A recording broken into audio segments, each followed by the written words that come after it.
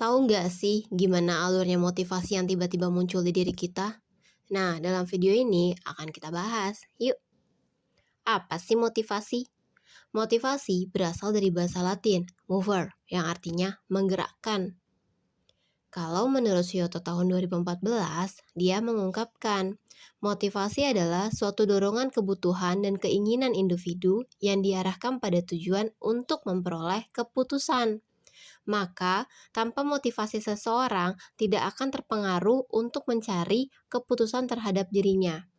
Tapi, sebaliknya, jika ada motivasi, maka individu akan membuat keputusan pada dirinya. Artinya, motivasi adalah suatu dorongan dalam diri individu yang memaksa mereka untuk bertindak atas akibat kebutuhan yang dirasakan atau yang tidak terpenuhi, baik dipengaruhi dari faktor internal maupun eksternal. Proses motivasi. Awal mulanya motivasi bisa muncul itu jika seseorang merasakan adanya kebutuhan terhadap suatu hal atau barang dan berharap akan memperoleh manfaat tertentu dari barang atau hal tersebut.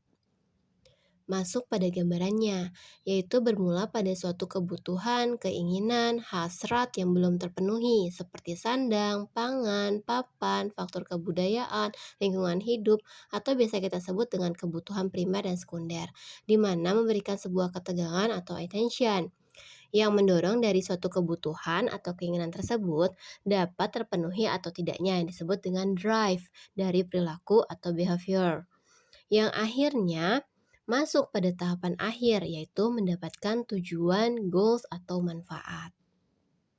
Contohnya, sebut saja Nana, bekerja di sebuah perkantoran elit dengan lingkungan kerja dan teman kerja yang berpenampilan rapi, wangi, dan juga bersih.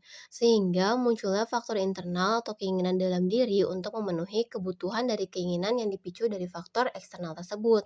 Mendorong Nana untuk membeli pakaian yang bagus, minyak wangi, dan juga membeli rangkaian produk kecantikan seperti pencuci muka, agar dirinya tetap terlihat rapi, rupawan, dan dapat menjadikannya sesuai dengan lingkungannya. Di mana Nana memiliki motivasi yang mendorongnya dalam mencapai tujuan atau mencari manfaat dari produk yang ia beli berdasarkan kebutuhan dan keinginan. Nah, sehingga dari sebuah proses motivasi yang terjadi pada Nana inilah, pemasar dapat memberikan produk-produk yang sesuai guna memenuhi kebutuhan dan keinginan konsumen, yaitu menyediakan produk untuk kaum pria, seperti minyak wangi dengan wangi yang macho dan maskulin, produk pencuci muka dengan scrub yang dapat mengangkat noda pada pria, dan lain sebagainya yang khusus untuk pria. Sekian, terima kasih.